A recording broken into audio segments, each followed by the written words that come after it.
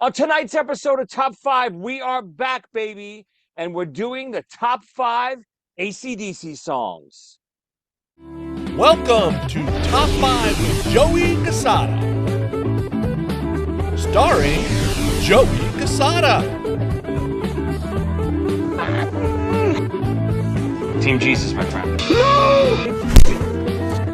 Am I walking around, Park?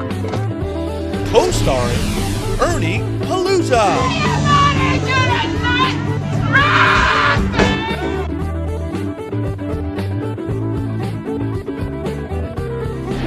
And the Doctor, Tommy Snyder. Goddamn. Now here's your host, Joey Cassata.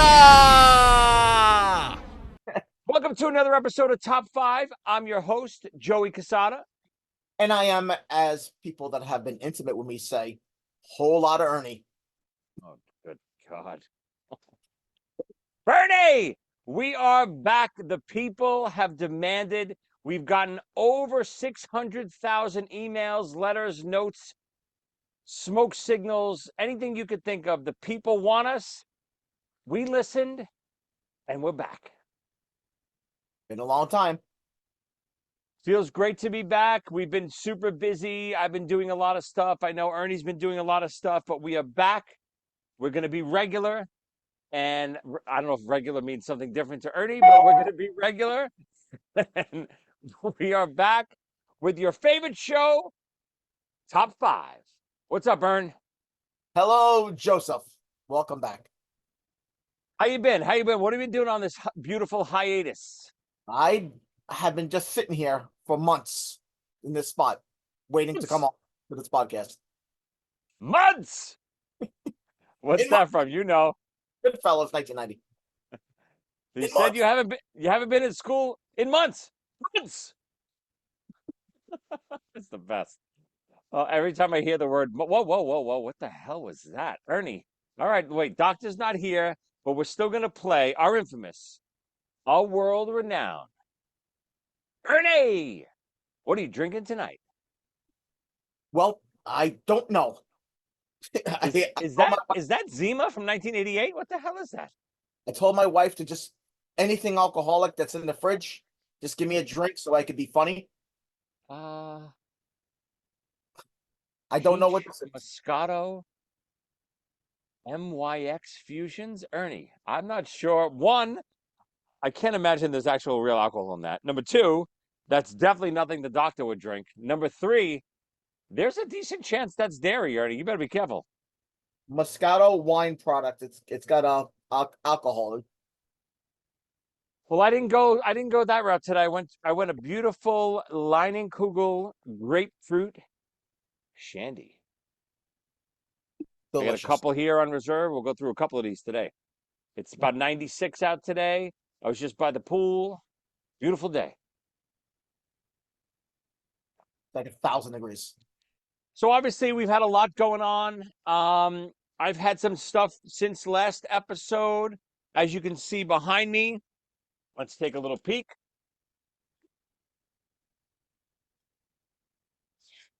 I've had a couple releases, which is so funny. These both came out on Record Store Day, and I'm on both of them. So we got the Ace Frehley 10,000 volts vinyl, which of course I play more than half the record on drums, of course. This came out Record Store Day, and then on the same day, I got this awesome Eric Carr Unfinished Business. I don't know if it still works. The eyes light up, but I don't think it's charged. Unfinished Business record, which I do All Hell's Breaking Loose with ZO2 Boys, and I also recreated Eric's solo on this. So if you haven't picked these up yet, they're awesome. Check them out. You can probably still get them online or on eBay or something. Also, some stuff coming up in ZO2 world. We got the new single coming out next week. The new single is going to be Live Today. We got a new video, new single. I think it'll be out next weekend, I believe. We're just trying to finalize the video right now, but check it out. This show will air probably the week, but right before the ZO2 single comes out. So definitely check it out. It'll be on YouTube. It is not streaming yet. We're only selling hard copies for our record label. It will be streaming shortly. Ace Frehley album is great. You like As it? yeah, it's great. Any And favorites? oh, let me think. You got because I don't have anything named song wise, but oh crap, I like oh of course Back in Your Arms Again, Oh yeah, that's probably my favorite. and I see you mentioned All Hell's Breaking Loose, which is the way they introduced the news on podcast Rock City. That is right. My Kiss podcast that I do with the boys. I think they're actually recording tonight, which I couldn't make tonight because we missed last week for Father's Day. But yes, I'm on Podcast Rock City live every That's the number one. Sunday at 7.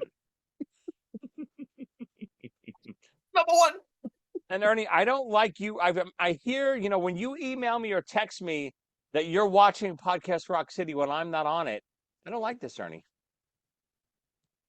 First of all, I don't know that you're not on it until I start watching. Immediately shut it. They were talking more about Prince than Kiss during that last episode, the one you missed. Oh, it's actually They, good. for a Well, long period of time about Prince. that moron Sonny Pooney is on there, but he is the one redeeming factor is he is a Prince fan, and he did the top 5 Prince songs with us. Biggest Prince fan more than me. He knows everything inside of it. He knew a lot of stuff, but his picks were absolute crap. He put such strict rules upon himself. No 80s, nothing like Oh, that. he's nuts. Nothing, nothing with the word Prince on it. Speaking of rules, so we are back tonight. We are doing our top 5, I guess we'll call them rare AC/DC songs, but I guess we'll call them the non-hit AC/DC songs. Ernie, we had some Ernie rules tonight, run down the rules. Oh crap! You gotta hold on. I gotta read them out. And I do prefer the term deep cuts because it sounds cool. All right. Yeah, I don't know if they're deep cuts, but right. Read off the criteria. What are we not allowed to use? These are the songs we said no good. It's a long way to the top if you want to rock and roll. TNT, Dirty Deeds Done Dirt Cheap, Big Balls, Let There Be Rock, Whole Lot of Rosie, Highway to Hell, Girls Got Rhythm, Shot Down in Flames, If You Want Blood, You Got It, Hell's Bells, Back in Black, You Shook Me All Night Long, For Those About to Rock, Thunderstruck, and Money Talks. Now, when you say we agreed not to use these, basically you send me the list and tell me we're not allowed to use these. I sent you the list and I said, if you have any changes, if you want to add something or take something away, let me know. I will post the text. It does not say that. It absolutely says. No, but I like that. I would have used some of those. I'm an AC/DC fan. I'm not an AC/DC fanatic. I do like tons of AC/DC stuff. I don't know a lot of the album filler stuff. I'll be honest with you. I don't know a lot of it. I mean, I picked the songs off the top of my head that weren't on that list that I know I liked. I didn't do deep dives. Very rarely when we do the show do I do research and try. To me, it's always top of my head. I know my picks almost right away. What about you? I listened to every album 8 times, rating each song in 10 different categories in a 1 to 10, and then add the sums of these averages, and then I find a deviation. Why do I ask? Why do I bother? Oh, you know what we forgot to mention? Never mind Ace Frehley. Something coming up? Never mind Ace Frehley and Eric Carr and the new the new ZO2 record, the new single. That stuff all pales in comparison to we got the big Playground reunion show, Ernie, coming up July 20th No in way. Brooklyn, New York. You know all about it. Ernie Enterprises, managing Playground for over 30 years now. You are heavily involved. You booked the venue. You got us the tickets, VIP experience. It's all on you, Ernie. So if this thing fails, it's all on you. I had to cancel the Mike Tyson fight because of this. I Smart had because the Ranger season because of this. oh, you son of a bitch. I even had to get Justin Timberlake out of the way. Smart move because nobody's watching the Tyson fight when there's a playground show to attend, baby. Nobody's really watching a Mike Tyson fight when there is none. But yeah, the big playground reunion after 30 years will be playing in Brooklyn, New York. Check out the event is on my Facebook page. You can buy tickets. You can this I'm telling you, this will sell out. It's a small venue in Brooklyn. We're playing in our old neighborhood. All of our friends, family are going to be there that haven't seen us in over 30 years. The show will 100% sell out. If you're thinking about coming, go to that Facebook page, check out ways to get tickets, call the venue, get there early, sleep out, whatever you got to do. Don't miss the show. Am I right, Aaron? You should get the tickets in advance. Ag- They're not going to be available. They are going to sell out. Agreed. And we're not joking. It will sell out. It's only about maybe 200 people can fit. There will be more than 200 people outside the building. Trust me. So, Playground was a big hit back in the day, and after 30 years, everyone's been feeding not only just to see us again, but to get together and have a good time. Playground shows were always a party. So it's going to sell out. Get there early if you can.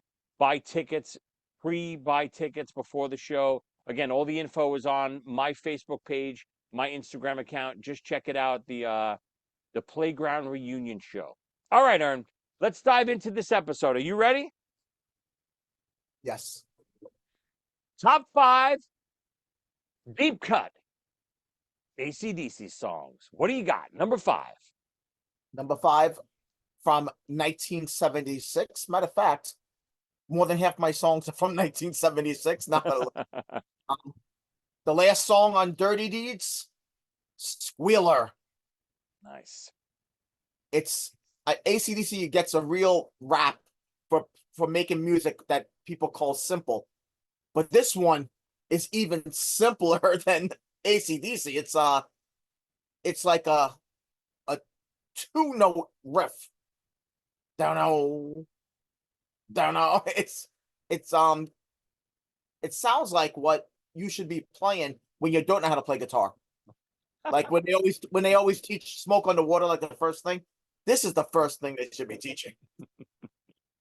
But listen, that's AC/DC in a nutshell. It's not that they're playing the most complicated music in the world, but when you put as I was going back listening to some of these songs that I picked, God, the feel and the groove and Bon and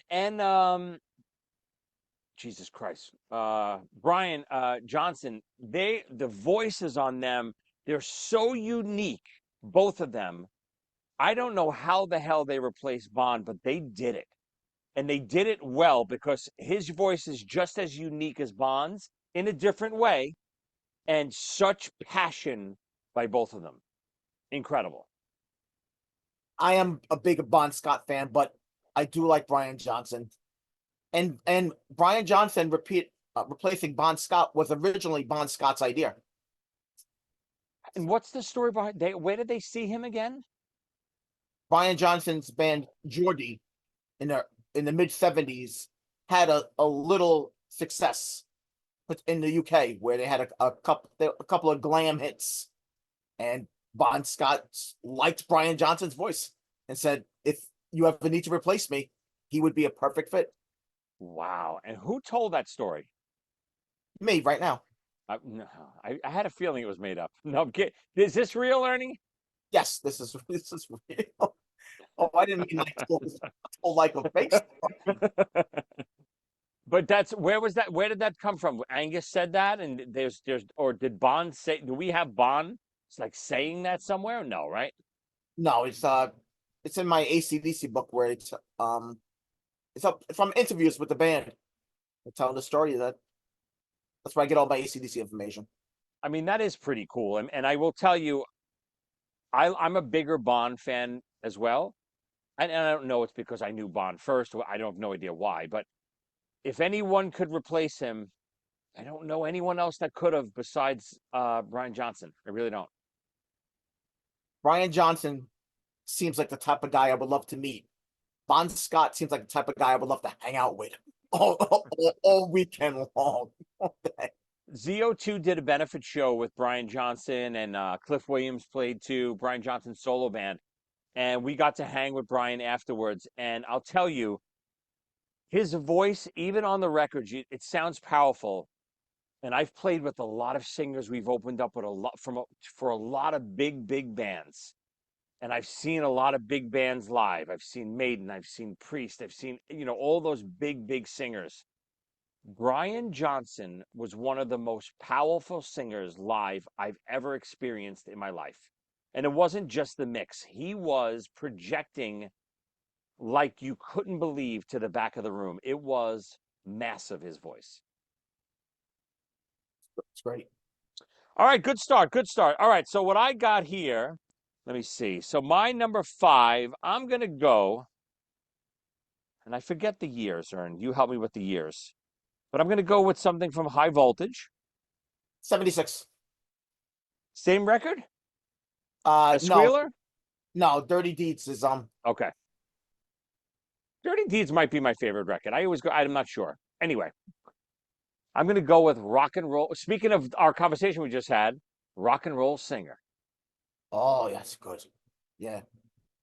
Just, I mean, again, we're not going to go deep into each of these songs because a lot of them are similar, but the feel of this song is so great. Bond's voice it's, just, it's dynamite, dynamite. And it's not like a pleasant voice to listen to. It's not like you're not listening to Freddie Mercury or someone, but it's something, his attitude and his voice and his delivery and the band. These guys were like badass. I mean, I know they're all tiny guys, but these guys were badasses that drank all night and just had a good time. Bon Scott sounds like you could get an STD just by listening to him. His songs. That's the promo quote I'm using for this episode. Perfect. Thank you. Come on, Aaron. What do you got? Number 4. From 1977, from the Let There Be Rock album. Hell Ain't a Bad Place to Be. Ooh. Which is similar to the lyrics of Highway to Hell. It's the same idea. But the riff to this song, maybe AC/DC's most complicated riff, with there's a lot of notes in there. Like Highway to Hell, for example, does have a lot of that. I mean, there's a lot of notes there. But this is the most complicated riff, and it's a great song. It's the same concept lyrically as Highway to Hell. I mean, I'll be honest, I don't really know it. What album again, Ern? It's at the end of Let There Be Rock. I got to go back and listen to this. I mean, I'm sure I've heard it because I've heard all the AC/DC albums, especially, through, obviously through Back in Black, but, and for those about the rock, but, I don't know if I just can't picture the song. I got to go back and listen to it. You mentioned for those about to rock. I got to tell you, unpopular opinion. The older I get, the less I like that album. Yeah. I mean, there's a couple great ones, but I agree. I don't know if it's as strong. I mean, it was how could they follow up what they just came off of? It was impossible, right? Impossible. I would even go so far to say after Back in Black, I am done with AC/DC. I'll tell you right now, I think I have one maybe that's after, but it's on honorable mentions. Everything ends at Back in Black to me. Yep, same here. That's so funny. But for those about to rock, obviously the song is absolutely phenomenal. Yeah, but album for album, it drops off quick. Yep, agreed. All right, my number 4. Speaking of Back in Black, a little ditty called "Shoot to Thrill." Oh, of course. I mean, so good. I actually had to double and triple check your list to see if this was definitely not on the list. Could have been a mistake. Trust me, it's not on the list. I had it. No, okay. I mean, a mistake by me not putting it on the Yeah. list. It's This it's one, this one should have been. But I listen, you know me. I followed our Ernie rules. You're the boss. I love in particular in that song "Shoot the Throat." I love the breakdown in the middle. Oh, It's, it's the beginning of the For Those About to Rock sound. Actually, it's is in that breakdown. It's so great. Yeah, and I know obviously it has the word shoot in it, but the song Shoot 'Em Down by Twisted Sister always reminded me of Shoot the Thrill too. Kind of that same vibe, same feel. Shoot 'Em Down by Twisted Sister is pure AC/DC. could be my favorite Twisted Sister song. What a great song. Come on, Herb, we're flying, baby. Number 3, what do you got? Song so good. They put it on 2 different albums. Problem Child. You know what? I was going to ask you, this almost made my list. Why is it? I mean, there's a couple songs that are on a few albums, right? But why is this song on 2 albums? Uh, these albums were originally Australia albums, and America tends to not release. They mix up songs. Like there's a hit single that came out afterwards. America would try to put that on the album and they release it and take a song off. So America screws with the albums, and that's how it happened. So this what is it on first? I think the original Dirty Deeds, And then it's on what? Let There Be Rock. Interesting. So yeah, I mean, listen, do you think it's like you said, it's something where it was the first album was released, that song wasn't as big as it should have been. They put it back on the next record. Like obviously Whitesnake redid Here I Go Again, right? Um, White Lion redid Broken Heart. Stuff like that where they know it's a great song and they go, "You know what? Let's re-release this." Kiss did it for a whole they did it for a whole freaking album. They tried to trick the fans. Preachers of the Night, which is an incredible record, maybe the best Kiss album cover, if not a close second. Album comes out in 1982. It flops because Kiss is dead at that point. Then Kiss gets a resurgence. They release Lick It Up and they release Animalize. Then they re-release Creatures of the Night because they know it's such an incredible record with a completely different cover with no makeup. They tried to tell you this is a new Kiss record. It's unbelievable. They tried to release a whole new record because they knew the record was so great, but it was a flop because of the time. It's possible. I think AC/DC did not have that much control of their um albums at the time. I think Whitesnake and Kiss they had a little more say with the deals that they signed. Crazy. All right, let me see. Number 3. Uh, this is something I tell you a little bit all the time. From Highway to Hell, Ernie, you touch me just a little too much. Was What a great song. Just the AC/DC messages are so great too. It's so much fun, right? she had the body of Venus with arms. Is that a lyric in that song? Yeah. Perfect. Oh my God. Yeah, I mean, what a great song.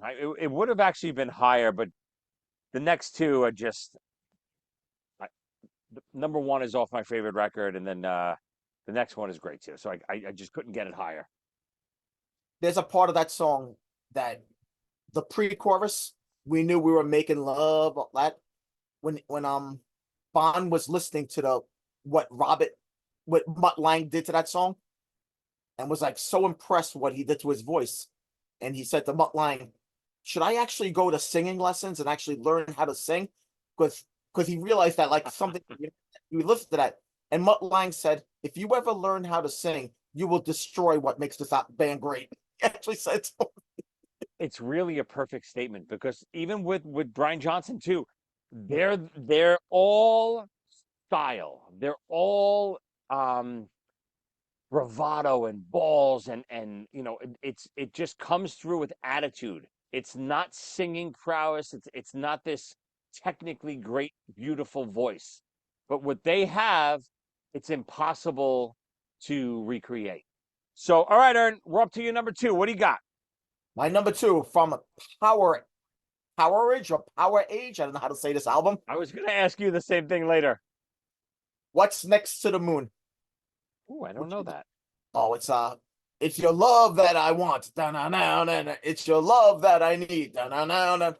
But the lyrics are so more than anything Bon Scott ever tried. It's almost like them going in the direction of Springsteen or maybe even Bob Dylan. He's singing about Superman and all that. Um, it's a bird, it's a plane, it's a suicide.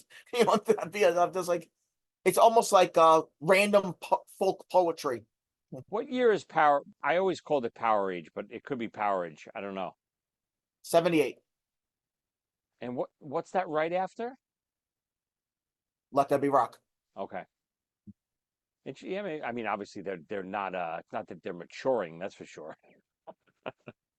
It's a really, really good song, though. Really good song. I Yeah. got to go back. What's Well, next to the moon? That's the one. All right, I'll go back. All right, my number two. I mean, this is something the doctor has never said. Have a drink on me. No, he'll buy drinks. I'm only kidding. He'll just never give you his drink.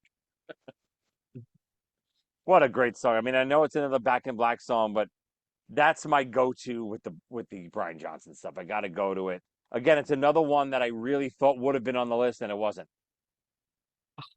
Back in Black, I could put every song. Oh, it's so good. The whole It, there's not many perfect records. That's a perfect record.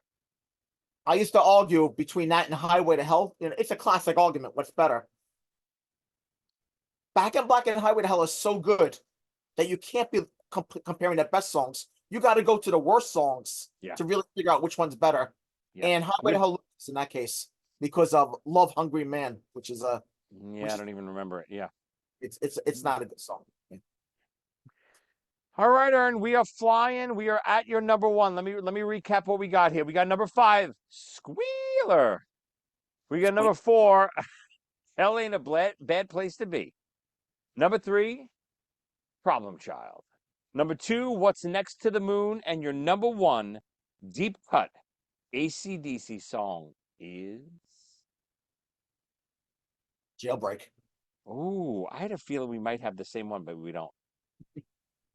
Not even on any album, just a single from '76. But isn't there a Jailbreak record? No? Well, they released an EP in '84 with like 5 songs on it. Okay. But that's 8 years after the song came out. What year is Jailbreak? '76. Oh, right, song, because it's Bond and they released it way Yeah. after, right? Okay. That's a good song. oh, it's incredible. It's So that was not on any album back then? maybe one of the Australia albums, but I don't even think so. I think it was just like a single. Wow. That's a great one. Yes.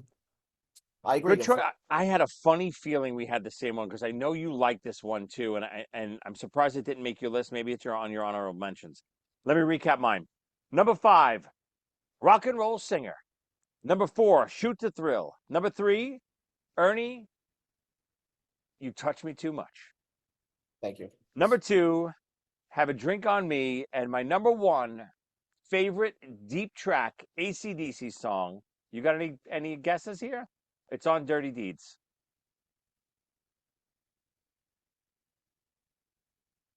Love at First Feel, right on. You hit it. Love at First Feel, baby. Wow.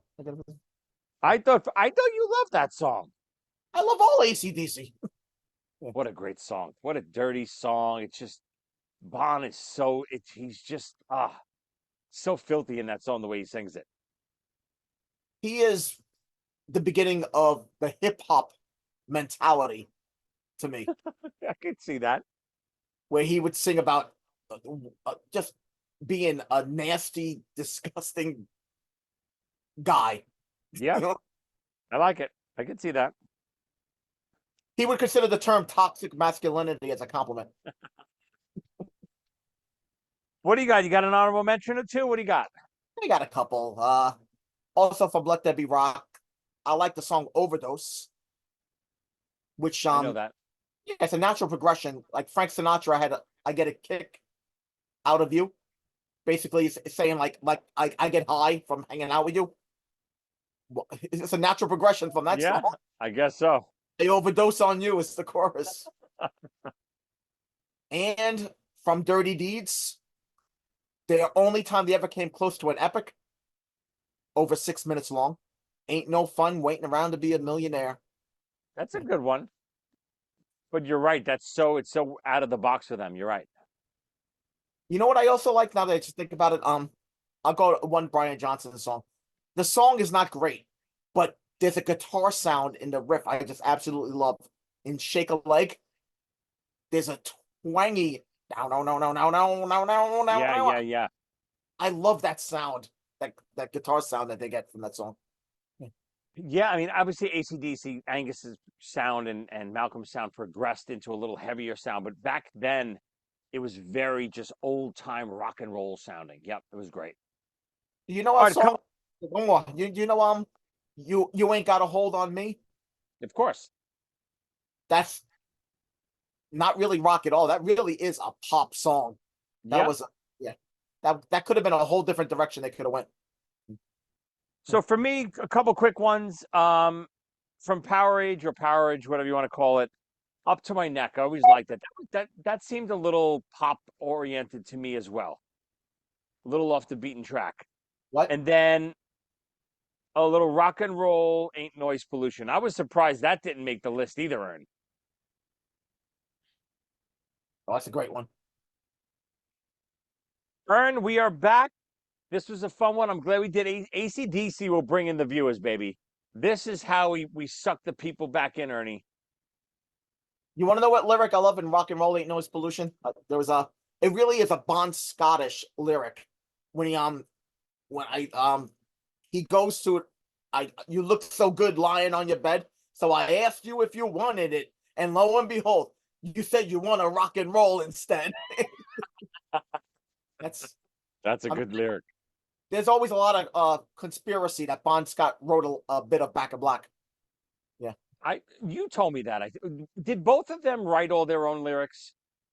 I don't know, but it's always been a they Right, that they started to record. They started working on Back in Black obviously before he died.